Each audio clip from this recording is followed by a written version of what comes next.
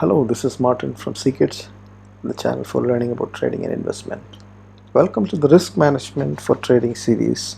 And today we are going to discuss about the collateral for option selling's margin. Yes, why collateral? Right? We're talking about risk management. Risk management has a lot of things to do with expectancy, drawdowns, win ratio, right? Risk reward. No? Yes, we are going to talk about all that in our future videos, but if we consider as a option selling or trading in general as a business, then the most important thing is what is that? No, it would be capital, right? So collateral is all about efficient way of capital management, right? So that's the reason we thought this may be something useful for the beginners, especially, to know about how to make use of the collateral for the margin purpose for option selling, especially.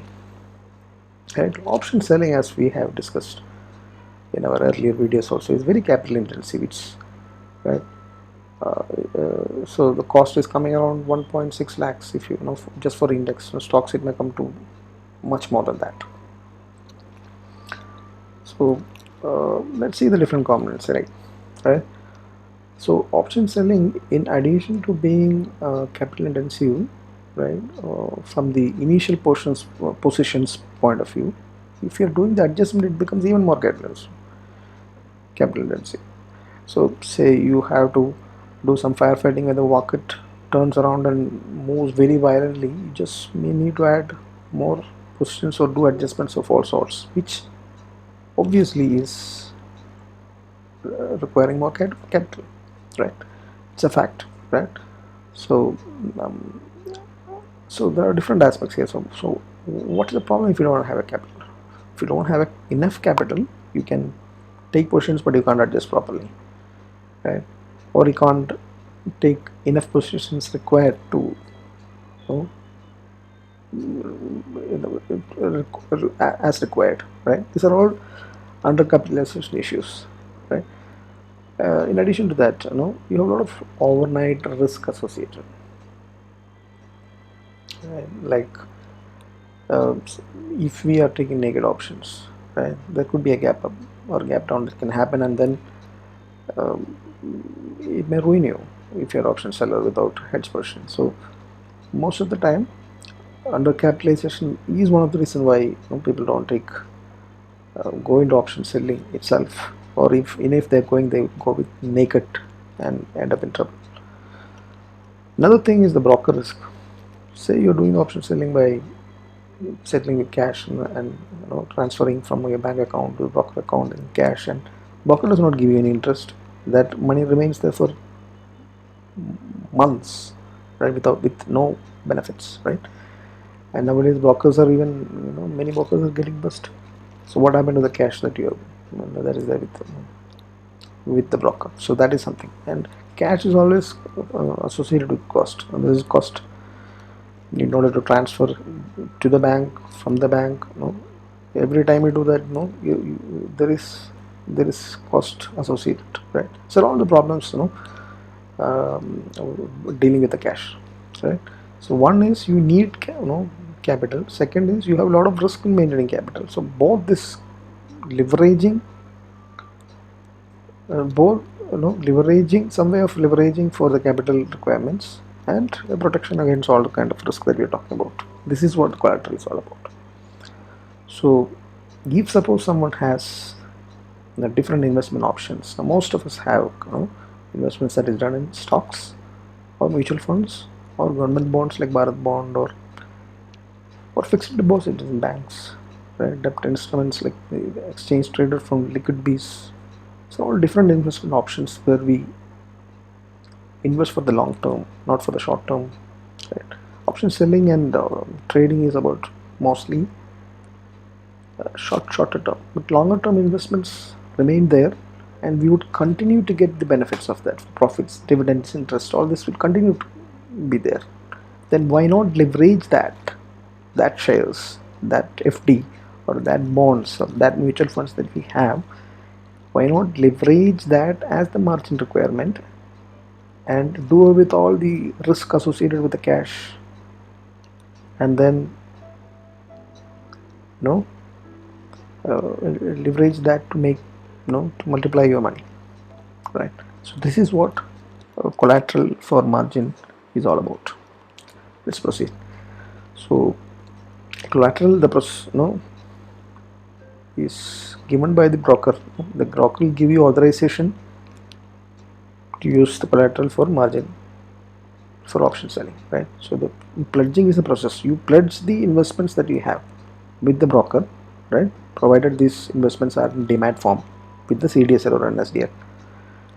So broker gives authorization to consider these investments that you have of so and so worth, right, as an alternate to the margin requirements that you need for doing the option trading, where you can independently generate separately, income from it, right?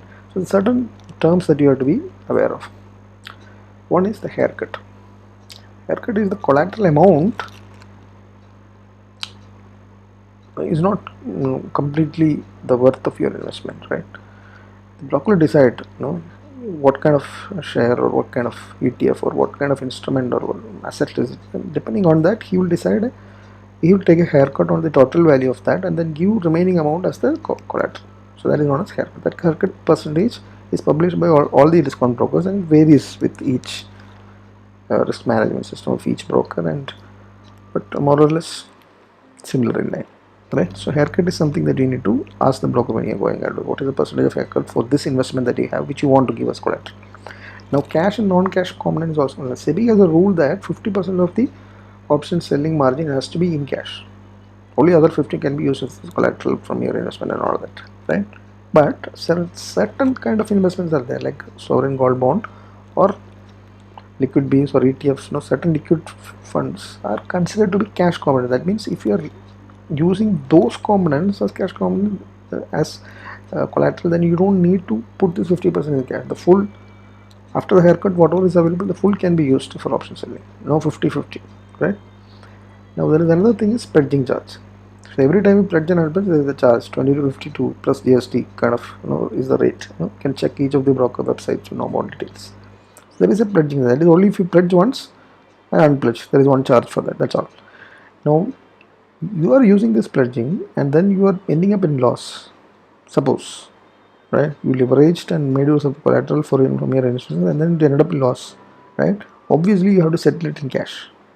If you don't do that in time, then the broker is can charge you and also has authority to sell off after informing you or not informing you, right? So they have the authority. So pledging is basically we giving them the authority to sell off the instrument and then compensate for the loss that you have made if you are not settled on time cash, right? That is something that we have to be very careful about. Now on top of this, there is another charge known as interest charge that some of these brokers, not all the discount brokers, major discount brokers don't, that some of them charge this. If the collateral is used for selling, they're charging if you are under certain specific discount plan, brokerage plan or something, right? Or if you are using it for buying, they charge interest for it, right? But in general, option selling, if you are using with 50% and with haircut and pledging charge given and there is no delay in settlement, then there is no interest, right? By any of the brokers. That is something that you have to keep. So this is what pledging is all about. Pledging is nothing but giving authorization of your investment and asking to consider this as investment and collateral for you to get the capital intensive advantage option selling, right? Now pledging process is very simple. You should already have a demat account, right? Your investment should be linked to the demat account first.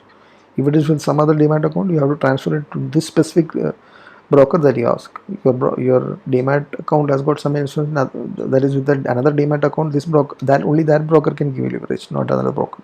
First thing.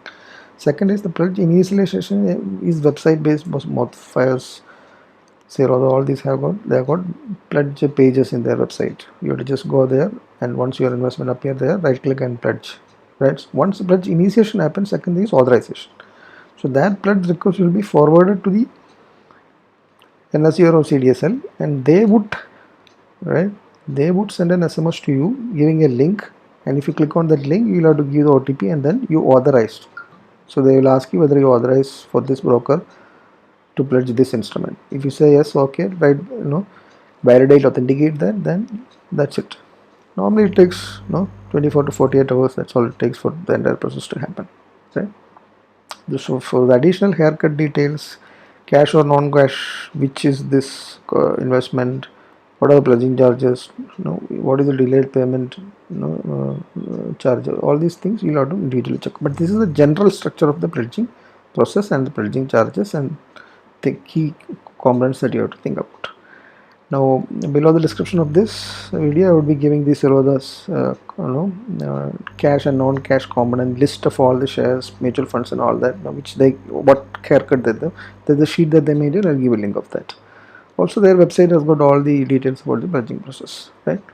So that's all I have on this. So if you like it, please hit the like button and share it to others who may not be aware of such options that is available, and they may be still doing option selling with cash with no major advantage. So share it and like and comment and leave your feedback. Right. Look forward to coming up with another valuable video content next time. Happy learning, happy trading. Bye.